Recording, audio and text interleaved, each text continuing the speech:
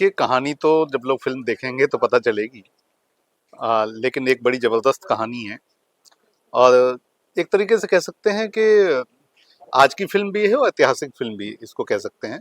1931 से लेके और आज तक की जो कश्मीर का इतिहास है, कश्मीर की जो घटनाएँ हैं, उन सारी महत्वपूर्ण घटनाओं को इसमें समेटने की कोशिश की गई है एक फ़िक्शन कहानी के ज़रिए। सर, सबसे पहले तो ये समझना चाहूँगा कि जब भी कश्मीर का ज़िक्र होता है और यहाँ की घटनाओं का ज़िक्र होता है, तो सबसे ज़्यादा वहाँ जो भी फ़िल्म मेकर नेगेटिविटी दिखाते हैं। आपकी फ़िल्म में क्या नेगेटिविटी होगी या पॉजिटिविटी होगी? थोड़ा-सा उस बारे में अगर खुलासा कर सकें। नहीं, ये बड़ा वेग सा सवाल है आपका, नेगेटिविटी और पॉजिटिविटी। तो ये तो एक परसेप्शन की बात भी होती है कि किस चीज़ को हम नेगेटिव लेते हैं, पॉजिटिव लेते हैं। लेकिन हम तो कश्मीर के की सच्चाई को बताना चाहते हैं और जो ऐतिहासिकता है कश्मीर की, उसको बयान करना चाहते हैं। नेगेटिव और पॉजिटिव से हमें कोई हमारा जो हुआ है वो जो जो वो जो जो, बताने की कोशिश कर सकते जो हुआ है कश्मीर में वो बताने की कोशिश है। सर, आज के बारे में जानना चाहेंगे कि आज किस तरह का मतलब फ़िल्माया जाएगा? कौन-कौन से एक्टर आए हैं? क्या कुछ सीन यहाँ फ़िल्माया जा रहा है? थोड़ा-सा उस बारे में बता सकते हैं। अ, फिल्म का ही एक बड़ा महत्वपूर्ण सीन है। अ, वेटरन एक्टर अजय साहब आज शूट कर रहे हैं हमारे साथ और प्रणीत भट्ट जी भी कर रहे हैं और भी काफ़ी लोग हैं जो आज इस सीन को शूट कर रहे हैं और ये फिल्म का बहुत ही इम्पोर्टेंट एक सीन है जिसको हम शूट कर रहे हैं। सर, आपसे जानना चाहेंगे इस फ़िल्म में आपका किरदार क्या होगा? और आज जो यहाँ सीन फ़िल्माने वाला है, क्या सीन होगा? कुछ अगर मैं 10 सेकंड बता। मेरा जो किरदार है वो कादी यूसुफ शाह का है, जो हिजबुल मुजाहिदीन का चीफ है और आईएसआई के साथ उसका संगठन है, जिसकी बदौलत वो कश्मीर में तबाही, गैरतगरी, बदअमनी फैलाने का प्लान बना था। तो आज जो हम सीन पिक्चराइज कर रहे हैं वो फिल्म का पहला सीन है, जहां हम प्लानिंग कर रहे हैं और ये जो सेट है आज का, ये इस्लामाबाद का है। वहां पे प्लानिंग हो रही है कि हमें क्या करना है। ये सीन। सर, आपसे जानना चाहेंगे आपके किरदार के बारे में। सर मैं बशीर अली का किरदार निभा रहा हूँ, जो कश्मीर में आतंकवाद को डिजाइन करता है, आतंकवादी पैदा करता है, उनको ट्रेनिंग देता है, उनसे मिशन करवाता है। मेरे जो बॉस है वो रजा साहब प्ले कर रहे हैं, जो हिजबुल के हेड है, जो जिनकी कमांड सुनने के लिए मैं यहाँ पर आया कि आगे क्या करना है। और जैसा कि अतुल जी ने आपको बताया है, उन्होंने बहुत रिसर्च की है और 1931 से लेकर आज तक जो कुछ भी कश्मीर में हुआ है वो किसी न किसी तरीके से सच को बयां करने की कोशिश की है। जी बिल्कुल। देखिए, मैं एक बात पहला शेड्यूल हमारा हुआ कश्मीर में हो कश्मीर में चुका है। हुआ, जिसमें प्रणीत साहब भी थे और उनका बड़ा जबरदस्त उसमें मतलब आप समझिए कि सिंथन टॉप पे किया शायद हम लोगों ने, सिंथन टॉप पे ग्लेशियर पे शूट किया। ग्लेशियर पे शूट किया आप था। इस फिल्म में कश्मीर की खूबसूरती भी देखें, कश्मीर के जो वो जगह हैं जहाँ पर टूरिस्ट भी नहीं पहुंच पाते हैं, वो जो हाइट्स है जहाँ पे बकरवाल रहते हैं, वहां तक वहाँ हम लोगों ने शूट किया वो वाला सीन और कोकरनाग में किया। कोकरनाग में रात को जब किया था तो कोकरनाग में किया था। कोकरनाग। सर, आपने तमाम बॉलीवुड फिल्में किया है, डायरेक्टर अतुल गर्दी के साथ हो रही है, कुछ कहना चाहेंगे? नहीं, मैं इनके बारे में एक बात कहूंगा। दो किस्म के प्रोड्यूसर्स, डायरेक्टर्स होते हैं। एक वो होते हैं जो फिल्म कंप्लीट करना चाहते हैं और दूसरे होते हैं जो फिल्म बनाना चाहते हैं। जी। जो कंप्लीट करना चाहते हैं वो प्रपोजल मेकर्स होते हैं और जो फिल्म बनाना चाहते हैं वो फिल्म बनाना चाहते हैं। तो ये वाकई फिल्म बना रहे हैं। फिल्म यकीनन पैसे से बनती है, पैसे के बिना फिल्म नहीं बनती है, लेकिन इनका जो पैशन है, इनकी एक डिवाइन मैडनेस है इस फिल्म को बनाने के लिए, जो मैंने बहुत कम लोगों में देखी है। जैसे कि अगला शेड्यूल हमारा कुछ 20 दिन का है, कुल्लू मनाली में हम कर रहे हैं, और उसकी फुटेज मुश्किल से 2.5 मिनट की निकलेगी। तो जो इनमें एक पैशन है, जो इनमें एक दीवानगी है, वो मैं तकरीबन 600 फिल्मों में काम कर चुका हूं, लेकिन ऐसी दीवानगी, ऐसा शौक फिल्म बनाने का मैंने बहुत कम प्रोड्यूसर डायरेक्टर को देखा। यही कहूँ। Thank you. सांस्कृतिक विरासत Thank you. दिशा में कितना काम किया? कश्मीर की सांस्कृतिक विरासत क्या कह रहे हैं? कश्मीर की सांस्कृतिक विरासत। कश्मीर की सांस्कृतिक विरासत तो कितना आपने काम किया उसके बारे में? बहुत ज़्यादा काम किया है, क्योंकि कश्मीर को दिखा रहे हैं। फिल्म का नाम भी कश्मीर है, तो कश्मीर की जो संस्कृति है उसको पकड़ने की पूरी कोशिश की गई है। और कश्मीर में किस तरीके से जो एक कश्मीर की जो फिजा है, और कश्मीर की फिजा जो पहले भी थी और आज भी है, उन दोनों को पकड़ने की कोशिश की गई है। कैसे उसमें चेंजेज आए हैं समय के साथ, उसको भी पूरा पकड़ने की कोशिश एक की बात गई है। मैं और कहूंगा, बहुत सी फिल्में बनी हैं कश्मीर पे, बहुत सी बनी हैं, नारे तो बड़े बड़े लगे हैं उसमें, लेकिन किसी में कश्मीर जाकर शूट करने की हिम्मत नहीं हुई। इक्का दुक्का लोग गए हैं। इसके लिए बहुत बड़ा दिल चाहिए, इसके लिए बहुत बड़ा कलेजा और जिगर चाहिए कि इन हालात में you are going into the heart of Kashmir. Srinagar, Pahalgam, आप बिल्कुल कश्मीर के हार्ट में जाते हैं, और शूटिंग ये नहीं है कि आप गए और आप चुपचाप करके चले आए। 2 शेड्यूल किए हैं सर। तो जब आप कश्मीर जाते हैं तो पूरा यूनिट होता है, कैमरा होता है और रिफ्लेक्टर्स होते हैं, 250 लोगों की, यूनिट 250 मेंबर्स होते 250 हैं। लोगों की। 250 तो ये शूटिंग जो है वो आप चोरी छुपे नहीं कर सकते, तो इसके लिए बड़ी हिम्मत चाहिए। वरना मैंने बड़ी बड़ी फिल्में देखी हैं कि बड़े बड़े नारे लग रहे हैं, लेकिन डर के मारे शूटिंग जो है वो कुल्लू मनाली में हो रही है। वहां जाने की हिम्मत की के डायलॉग हैं उसमें, लेकिन कश्मीर जाने की हिम्मत नहीं है लोगों को, खाली डायलॉग बात। अतुल नहीं, सर मैं ये बोलना चाहता हूँ कि इस पिक्चर में कोई भी ऐसी ईंट नहीं है जो सर ने उठाई नहीं है। मतलब जिस लोकेशन पे हमको शूट करना, उस लोकेशन पे हम गए, वहां पे हम लोग ग्लेशियर पे शूट कर रहे थे। Yes yes. मतलब 5 मिनट में मौसम चेंज हो जाता है और बर्फ शुरू हो जाती है। पहले और दिन तो फंस ही गए थे हम पहले लोग दिन तो फंस ही गए थे। और बर्फ में। कैसे वहां के जो बगर वाले, उन्होंने बोला अभी आप तुरंत निकलिए, और 10 मिनट्स में, लेकिन हमारा यूनिट और प्लानिंग ऐसी थी कमाल की कि हमारा पूरा यूनिट रेडी था। 5-10 मिनट में हम लोग गाड़ियों में बैठे और वहां से निकल भी गए। 250 लोगों की। 250 लोग। अतुल जी, ये जानना चाहूंगा कि यहाँ से सारी जो यूनिट तो आप वहाँ लेके गए, लेकिन संभव नहीं है कि सब वहाँ पहुँच सके। क्या वहाँ के लोकल लोगों को भी लेकर इसमें इन्वॉल्व कर सकते हैं? बहुत ज़्यादा लोकल लोगों को बहुत काम दिया, बहुत काम दिया। वहाँ के जो लोकल आर्टिस्ट हैं उनको बहुत काम दिया, अपने साथ बहुत काम किया। और इनके साथ जो भी लोग थे सारे हाँ, लोकल थे। सारे लोकल थे। जितने भी पंडित जी के साथ जो भी लोग जूनियर आर्टिस्ट थे, सारे लोकल लोग थे, सारे लोकल क्योंकि दे आर गुड परफॉर्मर्स, और वो कश्मीर की फिजा को पहचानते हैं। एक लास्ट मेरा एक सवाल रहेगा। पूछिए। सर, आपने काफी रिसर्च किया है इतिहास से लेके यहाँ तक जी। कोई ऐसा एक वाक्य या इतिहास का कोई एक लाइन हो या कुछ हो घटना है जो शेयर कर सके, जो आम लोग नहीं जान रहे हो अभी तक, ऐसा कुछ हो तो? नहीं, देखिए कश्मीर तो एक ऐसा प्लेस है, मैं तो कहूँगा, जिसके बारे में जितनी बातें कही जाएं, केवल एक घटना को उठा के तो बात नहीं की जा सकती है, वो तो बड़ा मुश्किल है।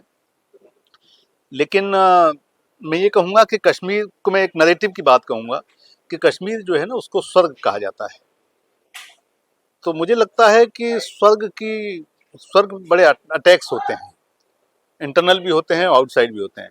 तो लगता है कि क्या कश्मीर को भी उसी तरीके से कुछ नज़र लग गई, या क्या हुआ कि कश्मीर जैसी एक जो विरासत की की चीज है, जो एक इतनी बड़ा जिसका एक इतिहास है, जिसकी लेगेसी है, वो आज वहाँ इस तरीके की चीजें हो रही हैं। पॉलिटिकल सेंटर रहा है कश्मीर। पॉलिटिकल और इतिहास संस्कृति का केंद्र रहा है, विचार का केंद्र रहा है। पूरी दुनिया से जो विचार जाते हैं, पूरी दुनिया में कश्मीर ने विचार दिए हैं। शोध का भी विषय रहा है कश्मीर। अतुल जी, आर्टिस्ट इसमें कौन कौन करना बताएंगे? अनेक आर्टिस्ट हमारे बॉलीवुड के इसमें काम कर रहे हैं। सबसे बड़ी बात तो यह है कि रजा मदार साहब काम कर रहे हैं, प्रणीत भट्ट जी काम कर रहे हैं। काफी लोगों की शूट कंप्लीट हो गई है। इनामुल हक का हो गया, रजनीश तुगल का हो गया, आकांक्षा पुरी का हो गया, अ, अनेक लोगों इसमें काम कर रहे हैं। कैसे आपने बनाया इस फिल्म में काम करने के लिए, जब भी पिक्चर में हाथ ऊपर नहीं है? हाँ, ये तो बात है। लेकिन हम लोगों की मीटिंग हुई और इसके बाद एक्चुअली रजा साहब का तो ये है कि वो भाप लेते हैं ना। ही जो लीजेंड एक्टर, 600-700 फिल्मों में काम किया है, तो उनको बहुत ज्यादा बताने की जरूरत नहीं पड़ती है। वो भाप लेते हैं कौन सी चीज क्या है, क्या करना है और क्या नहीं करना है। देखिए बात क्या है भाई, आप इंसान की नीयत देखिए। अच्छी नीयत, बुरी नीयत छुपती नहीं है, वो जाहिर हो जाती है। इनसे जब मेरी मुलाकात हुई तो मुझे ऐसा लगा कि ये जो फिल्म बना रहे हैं, जो कश्मीर में हुआ है, इसमें ये नहीं है कि जो कैरेक्टर्स हैं वो बिल्कुल ट्रू टू लाइफ। बहुत से कैरेक्टर जो हैं ट्रू टू लाइफ हैं। हम नाम नहीं लेना चाहते। मैं भी जिस कैरेक्टर का मैं रोल कर रहा हूं, मैं उसका नाम नहीं बताऊंगा, बहुत मशहूर नाम। लेकिन इनकी जो एक सिंसियरिटी की अप्रोच है, जिस सिंसियरिटी से ये फिल्म बनाते हैं, उससे मैं बहुत प्रभावित हुआ हूं। इसमें कोई मेलोड्रामा नहीं है, इसमें कोई एग्जैजरेशन नहीं है। इसमें वही है, हकीकत है जो हुआ है। कहीं ऐसा तो नहीं है कि हिंदुस्तान का बहुत बड़ा खलनायक जो था है, उसके नाम को लेकर के आपको लगा कि मैं भी बहुत बड़ा खलनायक उस कैरेक्टर करना चाहिए आपको? नहीं, वो हिंदुस्तान का खलनायक नहीं है, वो पाकिस्तान का वो खलनायक पाकिस्तान का है। वो वहां का है, सरहद के उस पार का है। तो मैं उनका नाम नहीं लेना चाह रहा। मैं जिस वक्त आप मुझे देखेंगे गेटअप में, तो आंख बंद करके आप पहचान लेंगे कि मैं किसका रोल कर रहा हूं। जी। कुछ सस्पेंस तो होना चाहिए। जब रिलीज हो जाएगी आप थिएटर आके देखिए। तो जिसमें दर्शी सफारी भी है, दर्शन सफारी में मैं काफी लोगों का नाम नहीं ले पाया हूँ। रामगोपाल बजाज हैं, दर्शन सफारी हैं। तो एक्चुअली मैं नाम इसलिए नहीं ले पाया हूँ कि अनेक लोग बॉलीवुड के काम कर रहे हैं इसमें। एक बहुत लॉन्ग, तारीफ है। हाँ, बहुत लॉन्ग लिस्ट है। सब लोग बड़े मनोयोग से काम कर रहे हैं हमारे साथ। फिल्म 100 डेज की शूट है, कब हाँ, तक सिनेमा घरों में रिलीज की जाएगी? कोशिश कर रहे हैं 15 अगस्त तक रिलीज करें इसको। मेरा सवाल सर आपसे है, बॉलीवुड में बहुत सारे एक्टर हैं, आपकी दमदार आवाज है, शानदार आवाज है, आवाज की धनी है आप। लोग जो नए कलाकार आ रहे हैं वो अपनी बॉडी पे काम कर रहे हैं, एक्टिंग पे कम और अपनी आवाज पे कम काम करते हैं। क्या कुछ होना चाहिए? आप जो भी कह रहे हैं, मैं आपकी बात से 100% सहमत हूँ। विडम्बना इस बात की है कि ज्यादा जोर जो है वो मसल्स पे है, सिक्स पैक पे है, और पूरा जो उनका मकसद है वो अपने जिस्म को संवारना है। जिस्म के साथ साथ, जिस्म संवारने के साथ साथ कुछ अपनी कला को भी संवारिए, कुछ अपनी स्पीच को भी संवारिए। क्योंकि अगर सिर्फ बॉडी बिल्डर्स ही स्टार सुपर स्टार होते तो हर मिस्टर यूनिवर्स या हर मिस्टर वर्ल्ड जो है वो सुपरस्टार होता। तो ये कला है। अच्छी बात है आप अपनी सेहत का ख्याल रखते हैं, दैट इज वेरी गुड। लेकिन सिर्फ बॉडी बिल्डिंग जो है वो एक्टिंग नहीं है। अच्छा जिस्म होना चाहिए, अच्छी सेहत होनी चाहिए, लेकिन कला क्या है, कला की गहराई क्या है, कला की बारीकियां क्या है, आवाज का उतार चढ़ाव क्या है। देखिए, कुछ ऐसे एक्टर्स हैं जो आपके दिलो दिमाग में आंखों से उतरते हैं, और कुछ ऐसे एक्टर हैं जो आपके दिलो दिमाग में कानों के जरिए उतरते हैं, आपकी आवाज के जरिए, आपकी मुकालमों की अदायगी के जरिए, आपके उतार चढ़ाव के जरिए। तो उस पे भी अगर ज्यादा ध्यान दें तो बेहतर हो। Raja Saab, films have released just now. Huge stars like Ajay Devgn, Akshay Kumar, ji ji, Tiger Shroff. हाँ। The films are doing very well at the box office. So, do you feel stardom exists now? Or it has come to an end. नहीं, देखिए, ऐसा है, ultimately तो film चलती है। कोई दुनिया का एक्टर ये दावा नहीं कर सकता कि मैं फिल्म चलाता हूं, ऐसा नहीं। फिल्म जो है टोटलिटी है, आपकी मेकिंग है, पब्लिक को कहां तक आप बांध कर रखते हैं,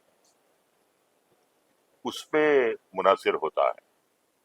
अब हो सकता है कि फिल्म्स ये बाद में पिकअप कर जाएं, यू नेवर नो। ये भी T20 की तरह होती हैं कि फर्स्ट डे कुछ है, सेकंड डे कुछ है। यस, कुछ चीजें जो है स्लो स्टार्ट लेती हैं, उसके बाद पिकअप करती हैं। कुछ चीजें बहुत अच्छा इनिशियल लेती हैं लेकिन बैठ जाती हैं। I think let's wait and watch. ये मैं जरूर कहूंगा कि जो इनिशियल रिपोर्ट्स आई हैं वो एक्सपेक्टेशन से कम है, but let's wait and watch. Have you seen the movies? No, I have not seen, but I'm reading all the reviews, and I'm observing the collections also. So I do hope। देखिए, एक film चलती है, पूरी industry का फायदा होता है, और मैं दुआ करता हूँ कि ये फिल्में चलें, बहुत मेहनत से बनी है। जैसे ये अजय देवगन की फिल्म है, ये एक बहुत ही बड़े लेजेंड की लाइफ पे बनाई गई है। अब ये हो सकता है कि हम हिंदुस्तानियों की जो तवज्जो है वो पूरी की पूरी जो है क्रिकेट पे है, फुटबॉल और हॉकी पे कम है। तो क्रिकेट का नाम सुनते ही लोग उछल जाते हैं, और अ, इतने क्रिकेट के दीवाने होते हैं कि जो टेस्ट मैच होते हैं या 2020 IPL के मैचेस होते हैं, तो बॉक्स ऑफिस पे भी उसका असर पड़ता है। लोग वो प्रिफर करते हैं जब तक ये चलते हैं। आईपीएल का असर टेलीविजन की इंडस्ट्री को हिट करता है, जितने भी सीरियल्स हैं सबकी क्या। तो मैं यही कह रहा हूं कि लेट्स वेट एंड वॉच। अब फुटबॉल पे उन्होंने बनाई है। फुटबॉल जो है वो बंगाल में बहुत ज्यादा खेली जाती है, गोवा में खेली जाती है। हिंदुस्तान के कुछ पॉकेट्स हैं जहां फुटबॉल बहुत शौक से खेली भी जाती है और देखी भी जाती है। तो अब वो पूरी की पूरी फिल्म जो है फुटबॉल पर है। तो मैं तो ये कहूंगा कि मैदान, अगर मैदान मार ले तो बहुत अच्छा। You should. कश्मीर फाइल से आपकी फिल्म कंपेयर हो सकती नहीं, दो फिल्मों को ऐसे कंपेयर नहीं किया जाना चाहिए। कोई भी दो फिल्मों को, कोई भी दो किताबों को। है? नहीं, कंपैरिजन तो मुझे नहीं लगता कि कोई कंपैरिजन है, क्योंकि वो एक चीज को लेके बात कही गई है इसमें, पूरे कश्मीर की अ, जब आप इतिहास की बात करते हैं ना, 1931 से बात कर रहे हैं, वो 91 की बात कर रहे हैं। वो सिर्फ 1989 से 91 तक की बात कर हाँ, रहा वो 2 साल की बात कर रहे हैं, मैं 90 साल की बात कर रहे हैं हम लोग। तो वो स्पैन बहुत ज़्यादा बड़ा है, स्पैन बहुत ज़्यादा बड़ा है, बहुत व्यापक परिकर भी हो जाता है। जब आप इतने बड़े उसकी बात करते हैं, इतने 90 साल की आप इतिहास की बात करते हैं, तो एक बड़ा व्यापक व्यापक सोच के साथ, व्यापक परिकर उसका बहुत बड़ा है। Span of time is very very big. 100 years history 100 years history, of Kashmir, Almost a century. almost a century. almost century. क्या पॉलिटिकल चेंजेस हुए वहाँ पर, कैसे ये सब पॉलिटिकल सेंटर और नॉलेज का हब क्यों बना रहा, क्यों कश्मीर के पीछे इतना सब मैं तो आप लोगों से उम्मीद कर रहा था कि आप मुझसे ये सवाल करेंगे कि 1931 ही क्यों चुना आपने। हाँ, तो बताइए क्यों चुना? लेकिन आपका सवाल वहां से नहीं आया कोई बात नहीं, बताइए। कि 1931 से पहले की तो कोई बात नहीं की, 1931 ही क्यों हमने चुना। 1931 ऐसा है कि कश्मीर ने एक करवट ली। कश्मीर हर 20-25 साल के बाद एक अलग तरीके से करवट लेता है। तो 1931 के बाद कश्मीर ने करवट ली, तमाम तरीके की हवाएं वहाँ चलने लगी और बहुत तेज हवाएं चलने लगी। तो उस समय से हमने उसको पकड़ा है। बोलना चाहेंगे इस फिल्म के? सबसे पहले तो मैं अतुल गर्ग जी को बधाई देना चाहूँगा, क्योंकि ये बहुत बड़ी प्रोजेक्ट है। ये जो पिक्चर करने जा रहे हैं, ये असल में देश की सच्चाई को इन्होंने दिखाने का काम किया है और काफ़ी बखूबी अच्छे से ये देश की सच्चाई को दिखा रहे हैं, हमारे हिस्ट्री को दिखा रहे हैं। जो कश्मीर पिक्चर ये बन रही है, एनिग्मा ऑफ पैराडाइज जिसका इन्होंने एक टाइटल रखा है, तो मैं इनको बहुत बहुत धन्यवाद देना चाहूँगा और आशा करता हूँ कि ये फिल्म जनता को बहुत पसंद आएगी। अतुल सर, आपको क्या आज के विषय आज का तो राणा साहब आए, ये बहुत बड़ी बात है मेरे लिए, मेरा उत्साहवर्धन करने के लिए, पूरी टीम का उत्साहवर्धन करने के लिए। और हर तरीके से ये बहुत बड़ी बात होती है। फिल्म जैसे प्रोजेक्ट में बहुत तरीके की परेशानियां आप लोग जानते हैं, इस तरीके के प्रोजेक्ट को करने में आती हैं और मित्रों का, सहयोगियों का उसमें सहयोग मिलता है, उनका उत्साहवर्धन होता है। ये एक फिल्म मेकर के लिए बहुत बड़ी बात होती है। हम लोग इसको समझ नहीं पाते कि क्या है, लेकिन ये जैसे ही डायरेक्टर प्रोड्यूसर को ये कुछ लोग मदद करते हैं, किसी भी तरीके से उत्साहवर्धन करते हैं, मदद करते हैं, मानसिक सहयोग करते हैं, तो वो बहुत बड़ी बात होती है। उनको उससे बड़ा बहुत ये जो एक मुश्किल भरा काम है, इसको करना उनके लिए आसान है। तो मैं भाई साहब का बहुत तहे दिल से स्वागत करता हूँ, धन्यवाद करता हूँ कि वो आज हमारे बीच में आए। राणा सर, अतुल जी से कैसा रहा आपका संबंध? बहुत अच्छा लगा। अतुल जी बहुत ही काफी मधुर इंसान है और बखूबी जो चीजों की गहराई में जाना कहते हैं, जो फिल्म में असली गहराई में जाना होता है, वो गहराई में जाकर के चीजों को बखूबी बहुत अच्छे तरीके से लेकर के आया है इन्होंने। और इस पिक्चर में भी मैंने देखा है, इन्होंने एक एक बारीकी से हर एक चीज को इन्होंने अपने पिक्चर में दर्शाया है। और फुटेज देखा है वैसे। अभी फुटेज जो मैंने देखा है, और अभी तो शूटिंग होनी बाकी है, तो जब फुटेज से मैं इतना प्रभावित हूँ, तो मुझे पक्का यकीन है कि जब पिक्चर पूरी होगी तो जनता उससे काफी खुश होगी।